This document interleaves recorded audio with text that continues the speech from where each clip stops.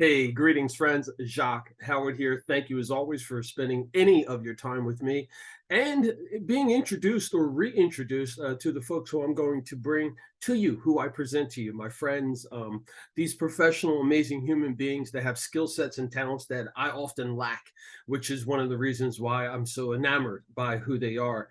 This conversation is going to cover a bunch of different things, so it's really important for you to gather a writing utensil and something to handle, something to write on. And then that way you can document some notes and then you can follow up later with who I'm bringing on and sharing with you. And remember, this is always about building a better community for everyone. So take those steps and those initiatives and reach out to the folks who I'm bringing to you via whatever outlet that is: WIMG, WPHY, Jazz on 2, Trenton 365, Trenton Cannabis Community, Black Cannabis, any of those things where you hear this information. Please take the information down that we're sharing and reach out to the folks. And with that being said, I'm bringing on Tracey Syphax, and he's got someone else that he wants to share with me and with you all. And there you are, in all the glory.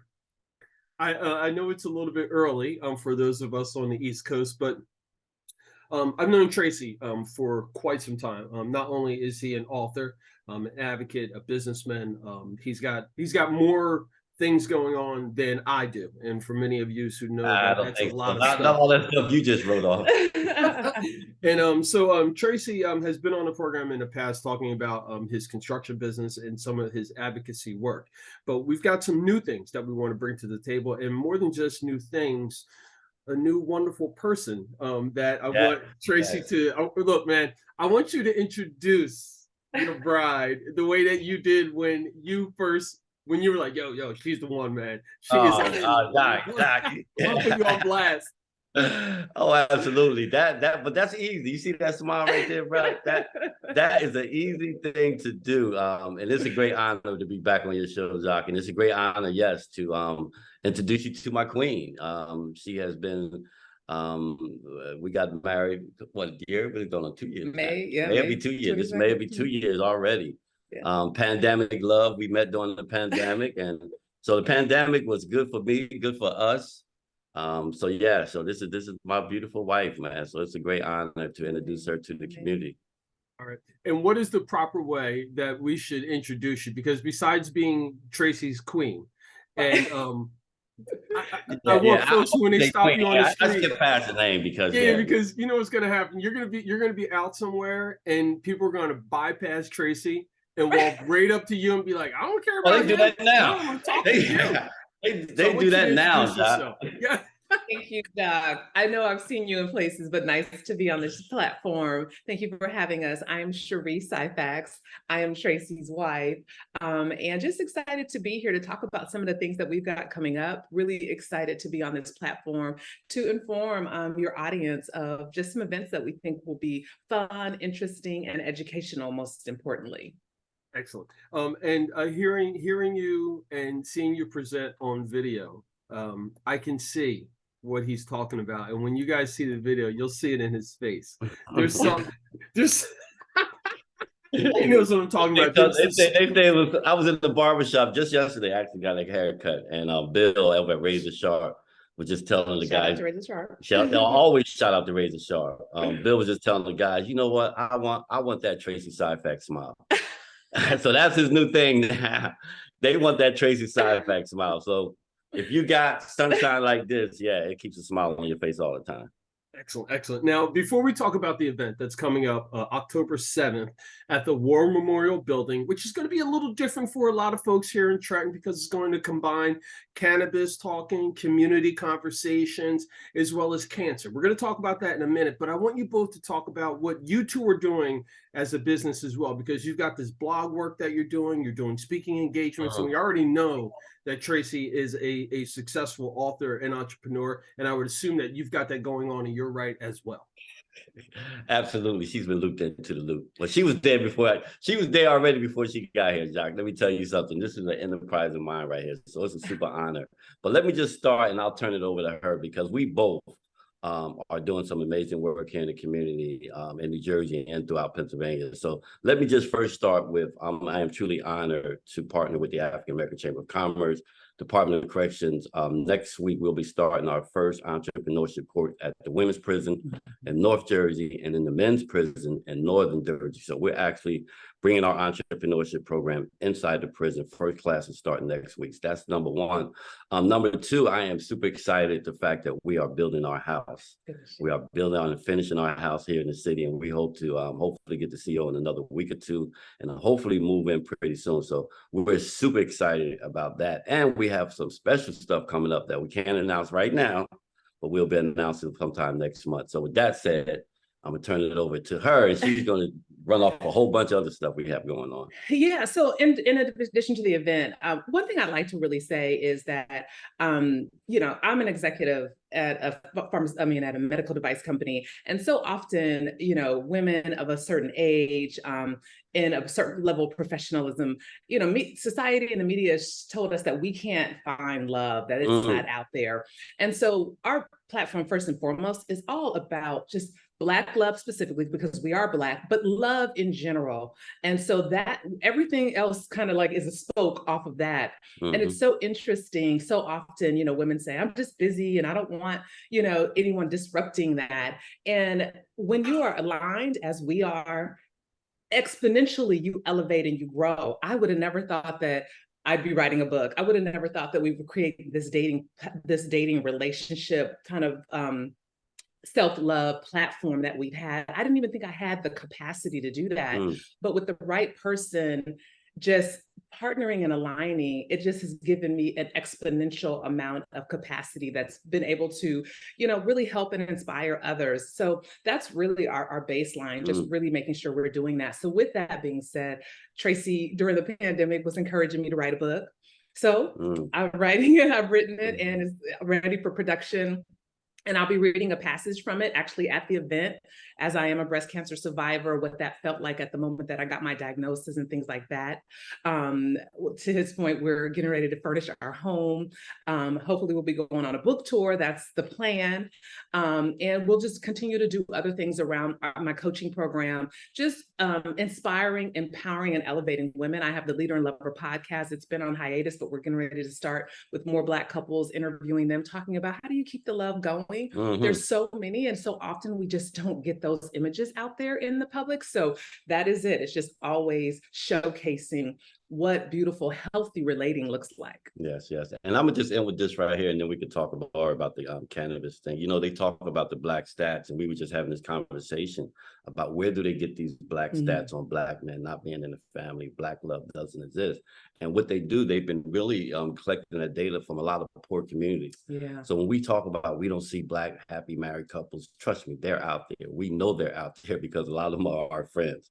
So, you know, I mean, we just want to just, you know, discredit that myth, let people know that it's out there and what it's all about. And because of that love and because of that foundation, we've been able to do so many things together. As a couple now that so we should say separated we could definitely deliver a blow, but together we are a mighty force. So I am super psyched to be doing this work with her. You know, I've got so many thoughts and things that are running through my mind. I'm speaking with R.E.A.C.H and Tracey Syphax, entrepreneurs, professionals, business leaders, community advocates, etc. And the links for you to get in touch with them in various ways will be up when this is shared through the various outlets, etc. But I want to touch on a couple of things, Tracey. Everything that you've spoken about, and R.E.A.C.H, as I get to know you as well, it's about bringing folks together, good communication, and what we can do from within, and demystifying things from the past, forgetting about the past, building upon those things.